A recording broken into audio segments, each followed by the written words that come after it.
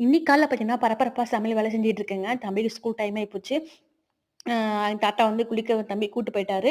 இப்ப தக்காளி நல்லா வந்து வணங்கிருச்சுங்க. நல்லா லாஸ்ட்டா கொத்தமல்லி தழைய போட்டு தக்காளி வந்து ஆஃப் பண்ணி வச்சிடலாம்.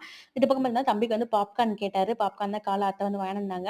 அந்த பாக்கெட் வந்து 2 பாக்கெட் போட்டு தம்பிக்கு வந்து ஸ்நாக்ஸா வந்து பொடிச்சு குடுத்தாச்சு. பாப்கார்ன் சாப்பிட்டு ரொம்ப நாள் ஆயிடுச்சும்மா அப்டின்னாங்க. சரி ஈவினிங் வா 2 பாக்கெட் இருக்கு போட்டு தரேன்னு சொன்னேன்.